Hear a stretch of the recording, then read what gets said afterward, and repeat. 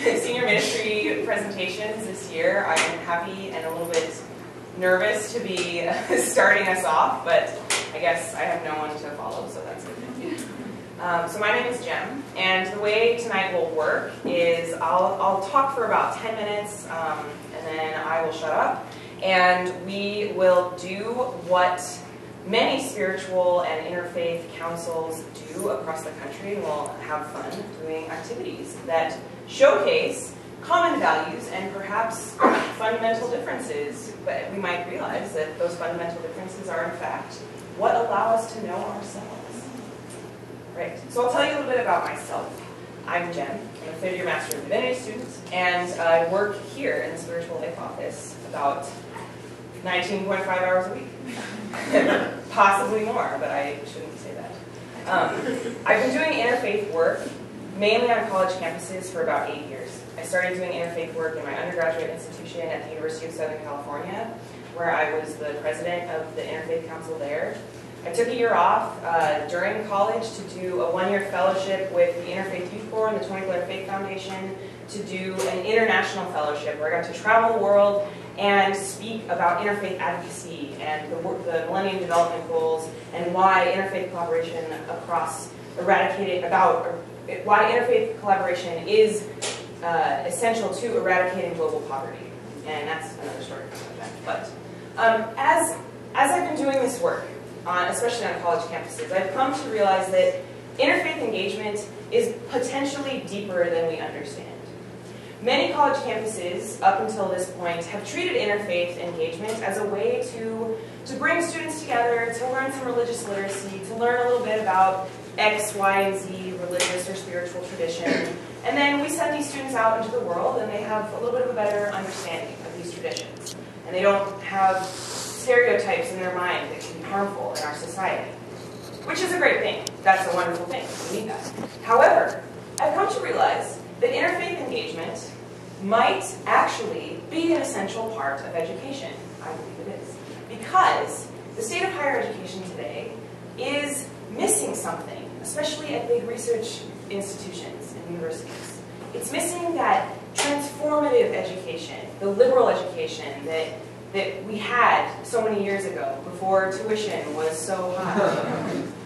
And so I'm going to talk a little bit about where we saw this transition away from liberal education and how I think interfaith engagement can be a good model to bring us back to that place without having to reform the entire system, which I think is a good thing because that would be a lot of work and not super inspiring.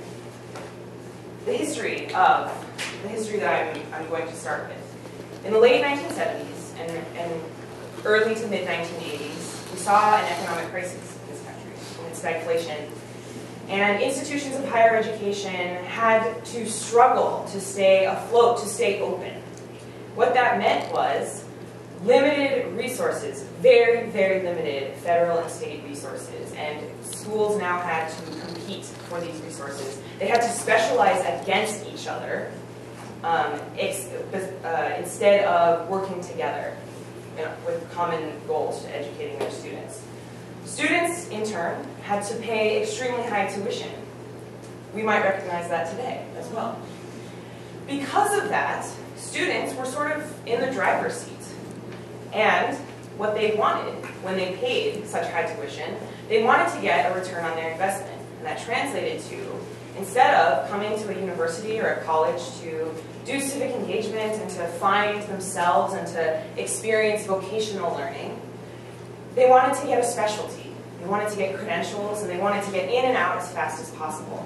As you can imagine, something like civic engagement, which is what I would define as people coming together across departments and offices and disciplines and beliefs and backgrounds to work together, to do communal work that enriched the whole community in and around campuses, that fell away because there were no resources and there was no time for that, and there was really no want for it. Rightfully so. I mean, this was a tough time, and these times now are tough. But we live now in a world that is more pluralistic and more chaotic than ever. we need that type of education back. We need to be able to know ourselves, and we need to be able to collaborate across differences, religious and otherwise. In this project, the inspiration for this project was, I saw college campuses that were doing this work particularly well. I saw the University of Southern California doing this work particularly well, making meaning for students that joined these interfaith programs, hosted in offices of religious life and offices of spiritual life, like the one you're sitting in. University of Chicago, another benchmark campus.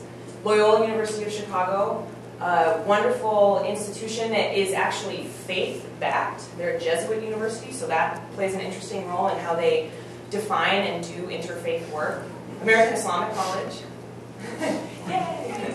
A university unlike no other that offers a Muslim chaplaincy program that is very much rooted in the understanding that this world is an interfaith world.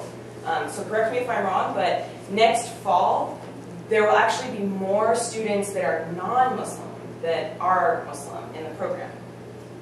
We're launching it as well. We're launching the program as well. So we'll see. We'll Inshallah. Right. Right. So I wanted to analyze these campuses. I wanted to find out what these campuses were doing that allowed this interfaith engagement to be so transformative and to fill this role. So I used two models. One was a model in studies in behavioral psychology. The other was looking at the newly established democratic civic engagement model, which is a model spearheaded and created by scholars and professors who agree that civic engagement is an essential part of a college education. Behavioral psychology is a field that is very popular in the business world.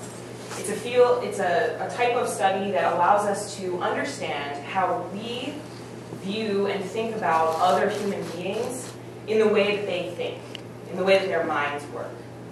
And as you can imagine, in an advertising or marketing field, getting into the head of the consumer is really important. So I'm getting into all of your heads right now. I'm going to make you all buy the calendar. Please feel free to take them. and the buttons. We also have buttons. Please feel free to take those. Behavioral psychology helped me understand how interfaith engagement helps us reverse the process of dehumanization that I see is so rampant in our world today. We have social media, and it can be a great advantage. It can be a great asset to us. However, more than ever, we can choose who and what we use to get our sources of information.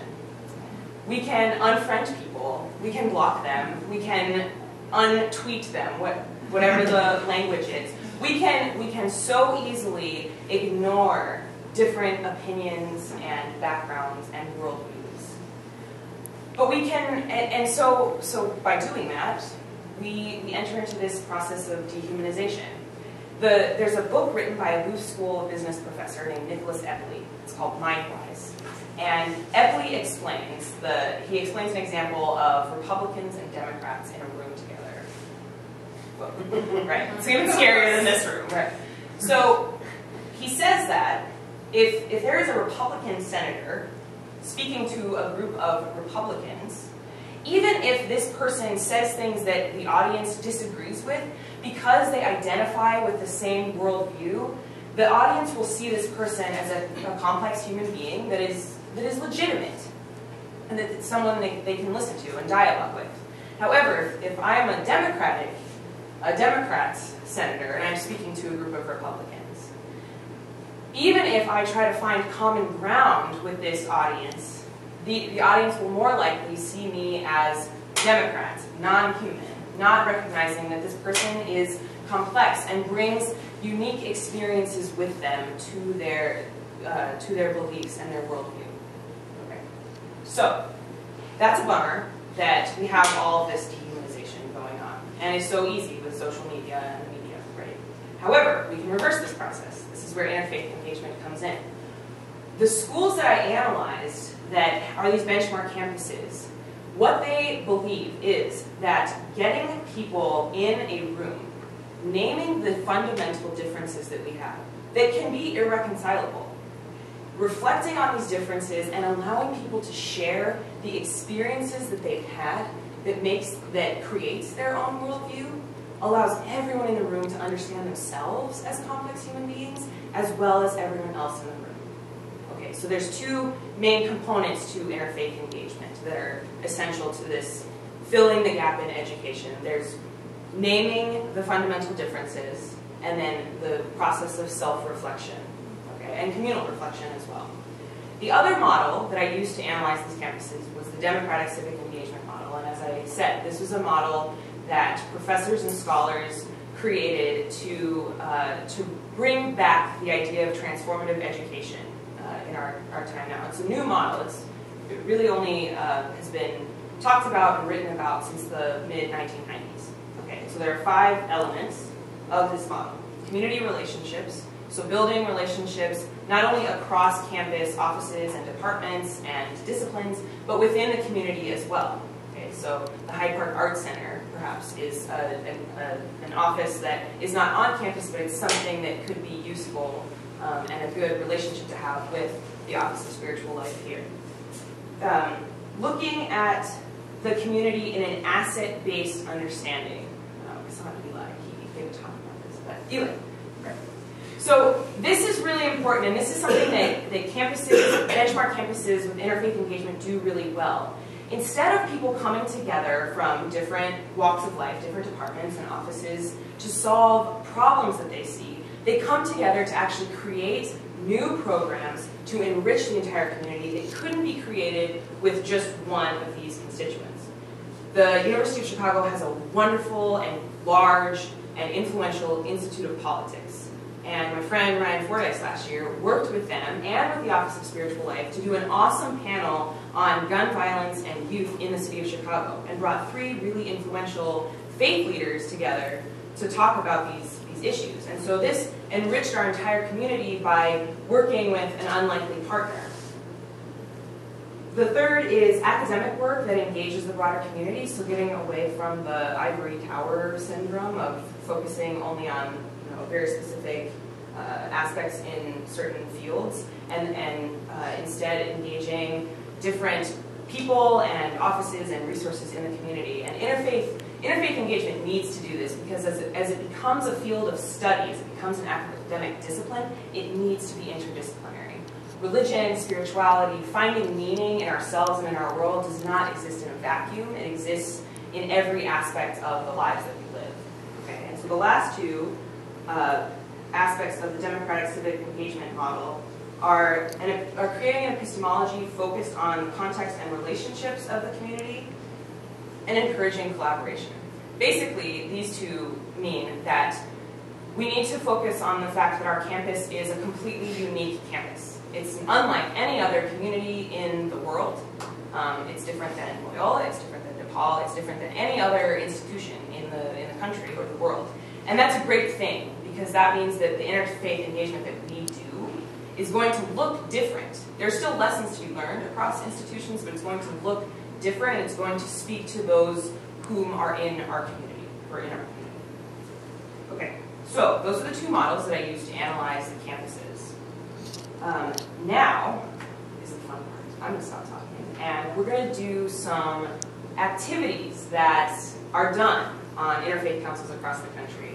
And hopefully, through these activities, you will see some types of transformation happening, even in one night. Okay. So, can I ask the Spiritual Life Council members that are here to come up? I'm not going to make you do anything hard. Promise. Great. So you have that dance choreographed, right? Yeah. Okay, great.